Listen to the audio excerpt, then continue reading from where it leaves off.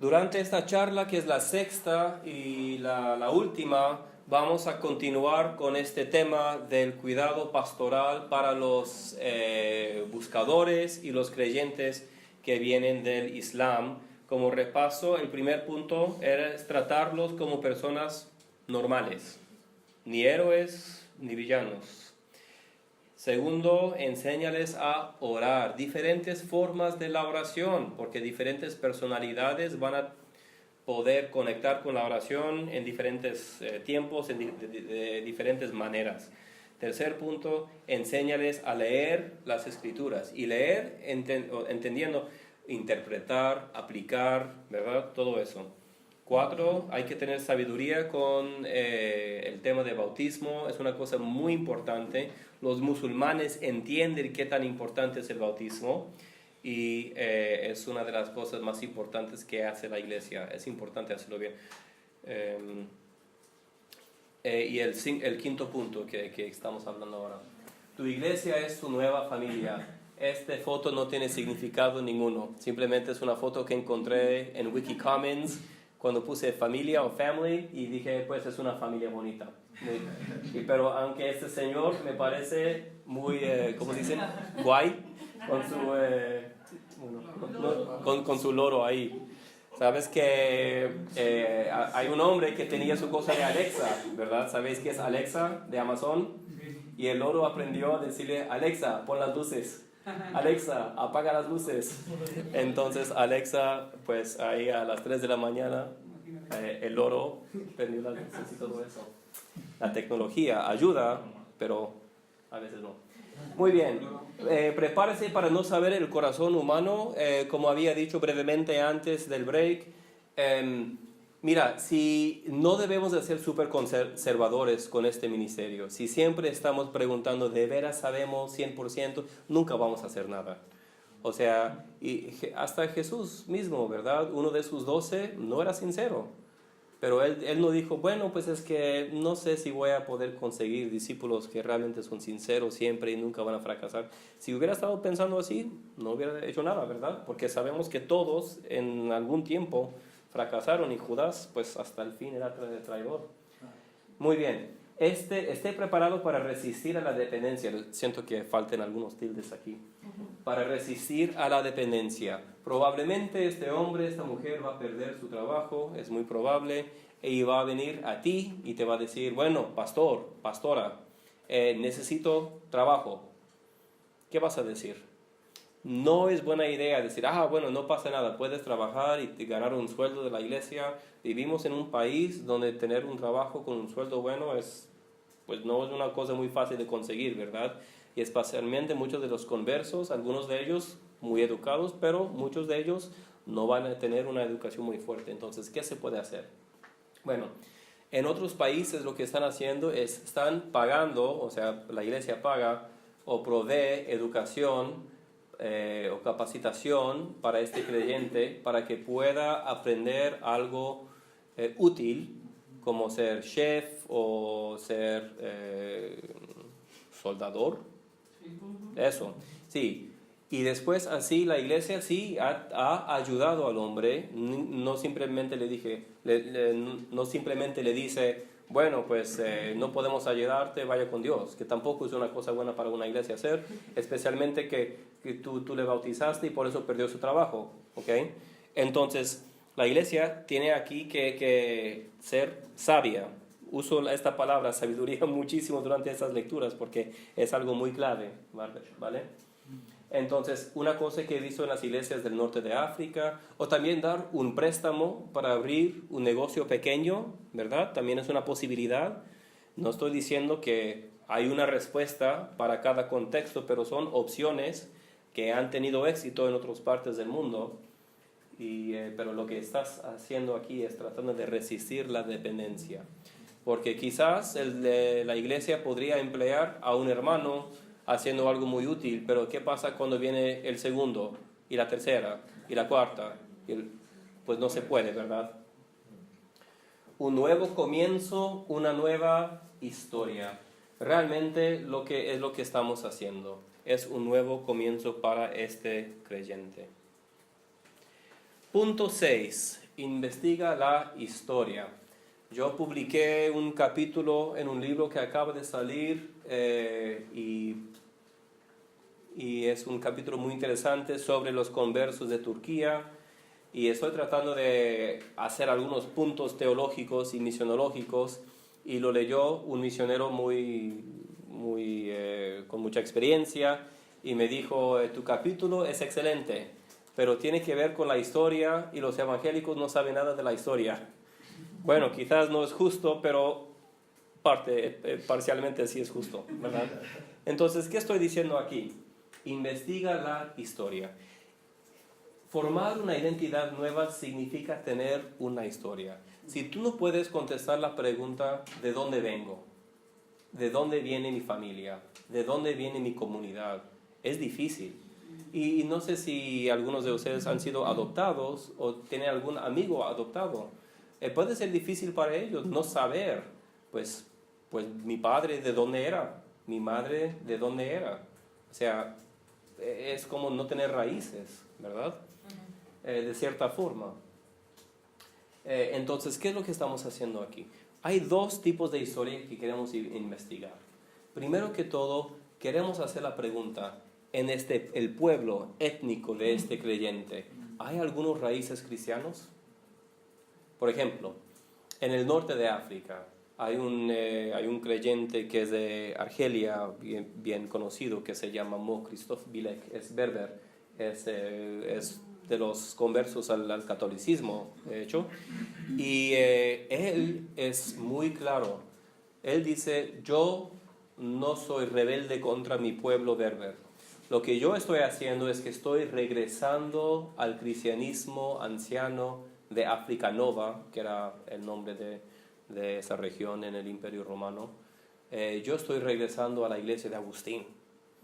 Yo estoy regresando a la iglesia de Cipriano. ¿Por qué es importante para él poder decir eso? Porque aun que Agustín era hace ya 15 siglos, él está diciendo, yo tengo raíces, yo tengo una historia. El cristianismo tiene una historia en mi tierra, en mi pueblo. Y para nosotros quizá no entendemos qué tan importante puede ser esto, pero dar una respuesta especialmente a tus familiares o tus compañeros de la misma etnicidad que dicen, ¿has dejado a tu pueblo? Poder contestar, no he dejado a mi pueblo. Es cierto, he dejado el Islam, pero yo sigo siendo un berber fiel, o sigo siendo un árabe fiel, aunque he dejado el Islam. Es una parte de la identidad muy importante. Ahora, es cierto que no siempre existe una tradición cristiana adentro de cierto grupo o de cierto territorio, ¿okay? Y eso sí es cierto. Una vez yo fui a Estambul para trabajar allá con la Iglesia de la Resurrección, creo que se llama, que es una iglesia anglicana allá, y el pastor es converso turco y la mayoría de la congregación también. Y yo le pregunté, bueno, pastor, ¿qué quieres que haga? Yo puedo enseñar sobre la Biblia, sobre la teología, sobre la historia eclesiástica. Estas son mis tres áreas más buenas, y que es bastante. Y él me dijo, no, yo quiero que tú enseñes a mi gente sobre el cristianismo anciano de Constantinopla. Bueno, lo hice. ¿Pero por qué? ¿Por qué él dijo eso? ¿Por qué? Era precisamente porque estaba tratando de hacer esto. Porque él quería que sus creyentes, que sus cristianos en su iglesia, cuando sus familiares, cuando su madre o su hermano le dijera, pues es que has dejado la religión de tu pueblo, puedan decir, no, lo que he hecho es simplemente regresar a la religión antigua, anciana de esta ciudad. Es parte de la identidad importante. Me pasó lo mismo en Cartago. Bueno, entonces investiga la historia. Y lo puedes hacer con el creyente, o sea, o el buscador, ¿verdad? Le puedes preguntar, ¿hay alguna tradición cristiana en tu pueblo? Y los dos juntos lo pueden explorar. Es algo interesante y vas a aprender mucho. Punto 7. El orden sagrado del año. Yo aprendí esto de un hombre que era misionero también en Turquía por muchos años y tuvo éxito con algunos conversos y formando una congregación pequeña. Y él cuenta un cuento interesante. En el Islam hay un orden sagrado del año, ¿verdad? Hay días de fiesta, el cumpleaños de Mahoma, Eid al-Fitr, Eid al-Adha, hay un mes entero de ayuno y después de festejar, después del ocaso del sol.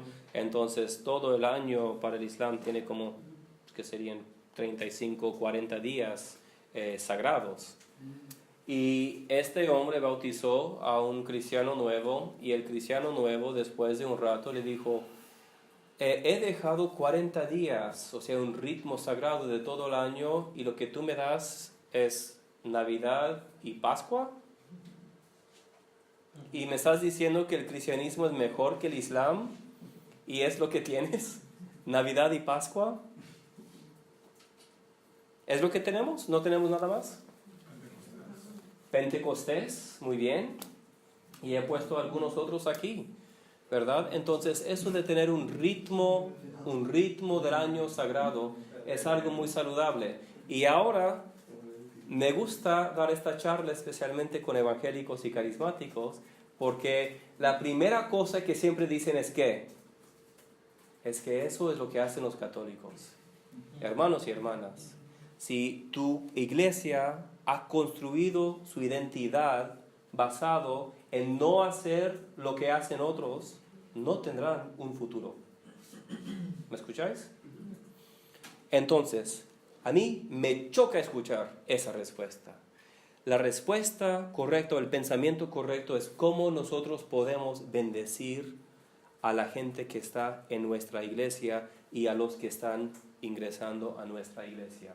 Entonces, Adviento es el tiempo antes de la Navidad para reflejar también en el primer Adviento del Señor, pero también que algún día va a regresar.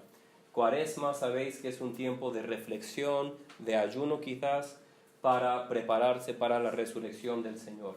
Pentecostés, en la iglesia anciana, era de los 3 días más importantes del año porque era el nacimiento de la iglesia, el regalo del Espíritu Santo.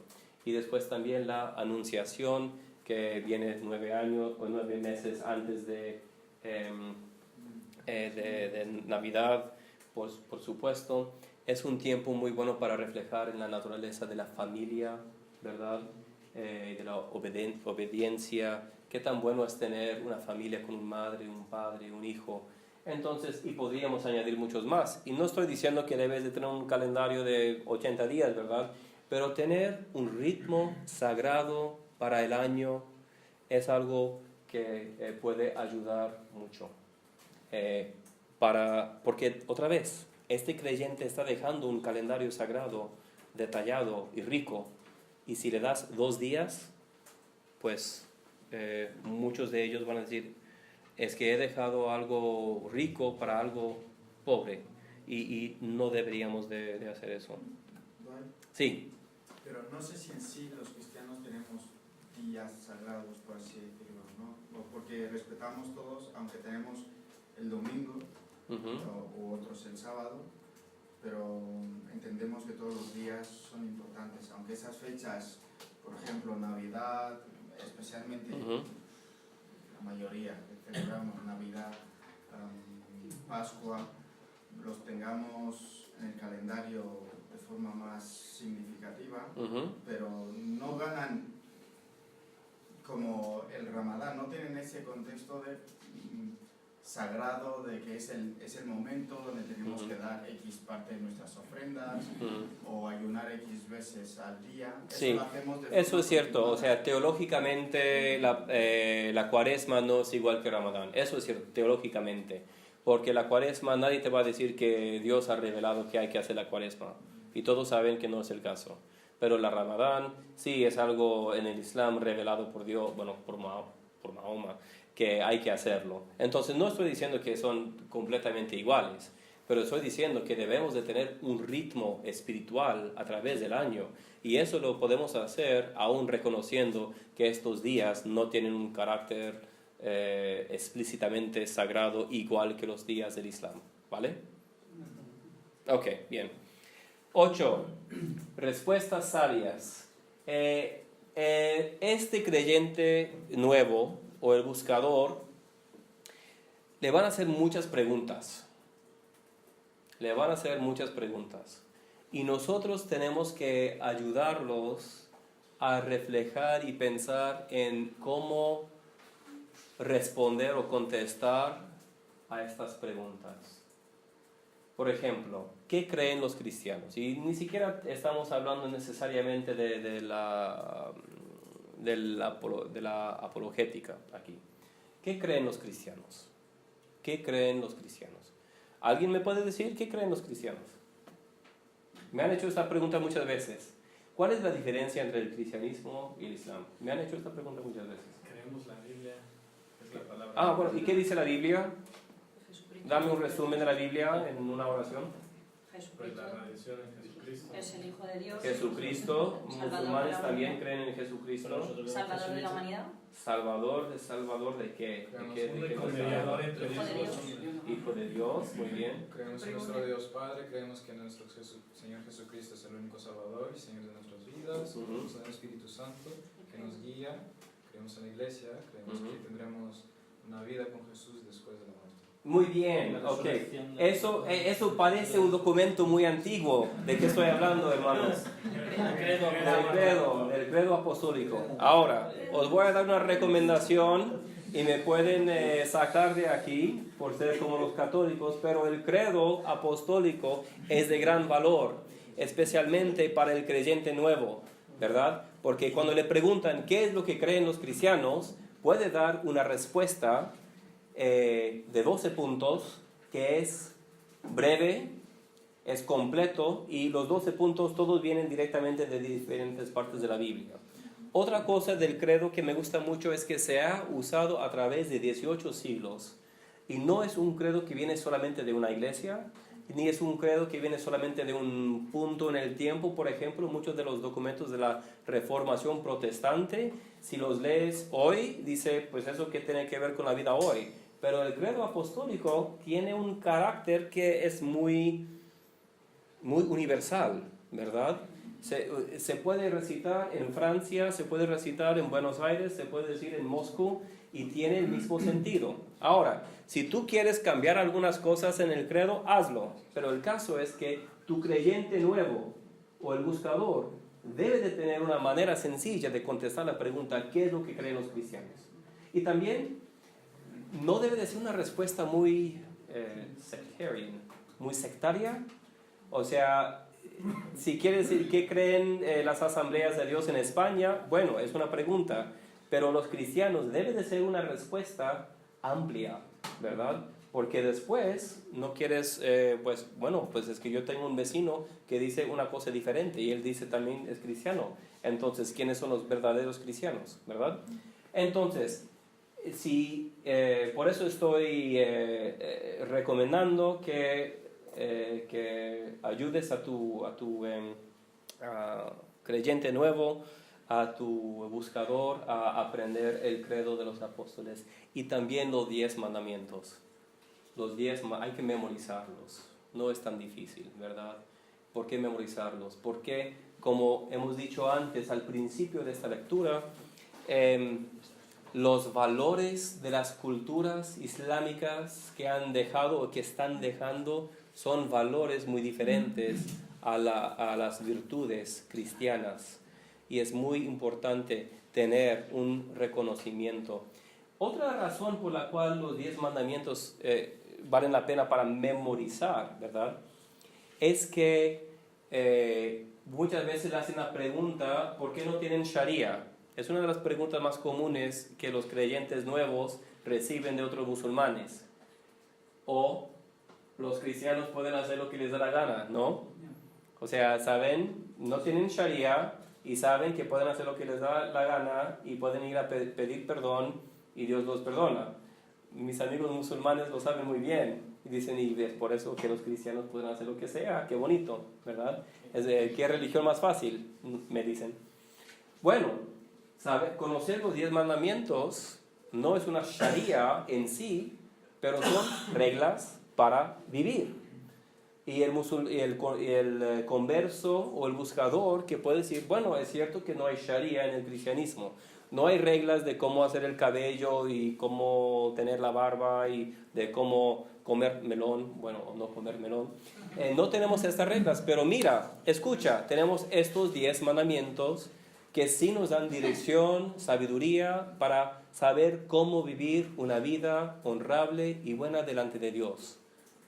¿Entendís? O sea, no es lo mismo que decir tenemos una sharia, pero es algo claro, es algo que se entiende muy bien y es algo que es muy bíblico y viene del profeta Moisés, o sea, profeta Musa en el Corán. Moisés en el Corán es el único profeta que habló o que vio a Dios, y eso también está en el Corán. Mahoma, por supuesto, nunca ve a Dios, nunca tiene una experiencia directa de Dios, siempre está con este ángel, que bueno, los musulmanes dicen que es Gabriel o Jabril. Muy bien, entonces respuestas sabias. Es algo que puede animar mucho a un creyente nuevo, que le hagan una pregunta y que pueda dar una respuesta buena. Y la verdad es que la mayoría de los cristianos, hasta cristianos que son fieles en la iglesia, si tú les haces la pregunta, bueno, dame un resumen de qué es el cristianismo. Puede dar una doctrina, pero no es un resumen. Cristo es el Hijo de Dios. Bueno, eso es cierto, pero ¿qué más? Existe una iglesia que es la comunidad de los creyentes. ¿Bien? ¿Qué más? Por eso, poder dar respuestas buenas, coherentes, es una parte de la obra pastoral que debemos de apoyar. Muy bien. Sí. Posteriormente a la información que se le da humanamente, pues yo creo que habría que confiar también en la obra del Espíritu Santo, ¿no? Se ha nacido de nuevo, sí, y a dejar que este nuevo creyente, el nuevo buscador, después que se le ha dado el credo de los apóstoles, los 10 mandamientos, pues la obra del Espíritu Santo, yo creo que es sí, importante. y eso es excelente, ¿verdad? O sea, no estoy diciendo que debe de dar estas respuestas sin añadir nada, no estoy diciendo esto para nada. Pero estoy diciendo que es mejor poder dar una respuesta breve y estable y coherente y después de ahí poder explorar más qué significa, de dónde vienen los 10 mandamientos, qué tipo de vida es. O sea, ¿estamos nosotros viviendo estas vidas? Y poder usar estas respuestas como una fundación para un cimiento, para de ahí poder explorar diferentes cosas y comenzar una conversación. Y también, por supuesto, entre más va creciendo el creyente nuevo, quizás después de algunos años no va a tener que usar esas respuestas. Pues qué bien. Pero al principio, si le hacen alguna pregunta y no puede dar una respuesta coherente, van a decir que tú eres estúpido, que tu religión es una basura, y eso puede desanimar mucho al creyente. ¿Vale? Ok, muy bien. La familia del converso. Esto es muy importante. Ahí estamos. Punto 9, la familia del converso. Es importante conocer a la familia tan pronto como sea posible. Ahora, si estás trabajando con un estudiante que vino de Palestina y está aquí en España y su familia no está, bueno, pues por supuesto no vas a poder conocer a su familia. Pero la mayoría de los musulmanes, sí, se puede decir que la mayoría de los musulmanes en España tienen algunos familiares aquí en España también. ¿Por qué sería importante conocer a la familia? Quizás estás viendo cada semana a esta joven Khadija, estáis estudiando la Biblia, comenzando desde Génesis. ¿Y cuál sería la cosa ideal? Es ideal que sus padres sepan, aunque no les interesa para nada el cristianismo, pero es ideal que ellos sepan quién eres tú. Porque Khadija decir es que estoy estudiando el cristianismo.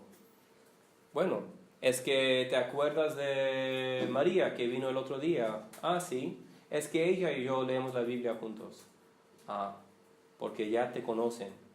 Y después también, si llega el día cuando Khadija dice, ya quiero ser cristiana, ya quiero ser bautizada, quiero confesar mi fe delante de la iglesia y de mi familia, tener esa relación y esa confianza con el hombre o la mujer que estaba enseñando y guiando y pastoreando a la hija o al hijo o al esposo, a la esposa de uno, no hace que todo esté bien. Aún habrán problemas. Pero lo que sí pasa es que hay un elemento de seguridad allá. Porque dicen, bueno, no estoy de acuerdo con este cambio religioso, pero sí conozco a María y yo sé que es una chica buena, ¿verdad? Entonces es algo importante aquí, conocer a la familia. Os doy un ejemplo de Palestina. Había una jovencita que estaba estudiando la Biblia con una de las pastoras laicas de una iglesia allá, y al fin ella estaba animada y quería ser bautizada y ser cristiana y todo eso. Y algunos de sus familiares en su hogar le estaban presionando mucho, estaban hablando mal de ella, la estaban insultando y creo que hasta pegándola. Pero el caso es que la familia conocía a los cristianos que la estaban enseñando. Entonces ellos pudieron ir, pudieron hablar con el padre y la madre y decir, mira, creo que este contexto no está bien, pero vosotros nos conocéis y conocéis que somos buenos y que realmente tenemos un amor muy grande para tu hija y la queremos llevar a Jerusalén unos días para que todo se puede regresar a ser tranquilo y calmado, ¿verdad? Y así fue. Pero sin esa relación personal con la familia no hubiera sido posible. ¿Y qué hubiera pasado? En este caso, la chica más tarde pudo regresar a su hogar. Pero si no hubiera existido esta relación personal entre la pastora y la familia, los padres, no hubiera sido posible. O sea, hubiera sido necesario sacarla de ahí y nunca regresar. Que bueno, sucede, pero no es ideal, no es lo que deseamos. Punto 10. Resiste la victimización. Sí, hermano. En general, la imagen que pueden tener las familias de los cristianos es me quieren evangelizar, me quieren cambiar. O sea, ¿tienen un temor de eso o una sensación así? ¿O una indiferencia total? No conozco quiénes son. Uh-huh. Sí, la pregunta es si las familias creen que los cristianos los quieren evangelizar. Realmente depende de la familia. Depende del cristiano también, de cómo habla de sí mismo y de su fe, pero diría que por lo general no hay una respuesta normal. Hay muchos musulmanes en España y te garantizo que no tienen ningún amigo cristiano. Entonces para ellos tener un amigo cristiano, o sea, y no simplemente un conocido, o sea, un amigo cristiano, que tú sales a hacer algo juntos o los invitas a tu casa o al revés, eso para ellos va a ser algo muy nuevo y muy diferente, y más que todo sí van a tener preguntas, ¿verdad? Y es muy importante también que tú tengas esta relación, esta amistad sin precondiciones. Entonces, aun si te dice, mira, somos amigos, me encanta pasar tiempo contigo, pero no me interesa para nada el cristianismo, tú dices, no pasa nada, yo soy tu amigo y tú y yo seguimos siendo amigos aún así, ¿verdad? Porque si tenemos una condición de que alguien esté abierto a la conversión para ser su amigo, no es amistad verdadero, ¿verdad? Entonces debemos de ser muy claros con esto. Entonces le puedes decir, bueno, yo te quiero mucho, tú eres un amigo y yo creo que el cristianismo te ofrece una manera de vivir con Dios y con tu vecino superior, más verdadero que el Islam, pero aún así, independiente de eso, tú y yo somos amigos. Es muy importante decir eso, ¿verdad? Y resiste la victimización. Esto es parecido al punto de tener cuidado con la dependencia, ¿verdad? Pero muchas veces los creyentes que vienen del Islam van a decir que somos víctimas. Y muchas veces es cierto. Pero si uno siempre vive con la mentalidad de ser víctima, ¿qué le va a pasar a lo largo de su vida? Todos conocemos a gente así. Nunca va a poder ejercer lo que se llama agencia. Agencia significa, en sociología, significa la capacidad de reconocer que uno tiene poder, aun si no es mucho poder, que uno tiene poder y después lo va a utilizar. Y si uno siempre está pensando, yo soy víctima, yo no puedo hacer nada, nunca va a ejercer el poder que sí tiene. Okay. Entonces, es el último punto aquí, que el creyente nuevo debe de entender que aun que ha pasado por persecución, aun si ha quedado sin trabajo o algo así, es víctima, pero más que todo su identidad no es en ser víctima. Su identidad, la esencia de su ser nuevo es en ser un hijo o una hija de Dios a través de Jesucristo. ¿Ok? Bueno, y con eso nos quedamos. Ya son los 10 puntos y tenemos un rato aquí para...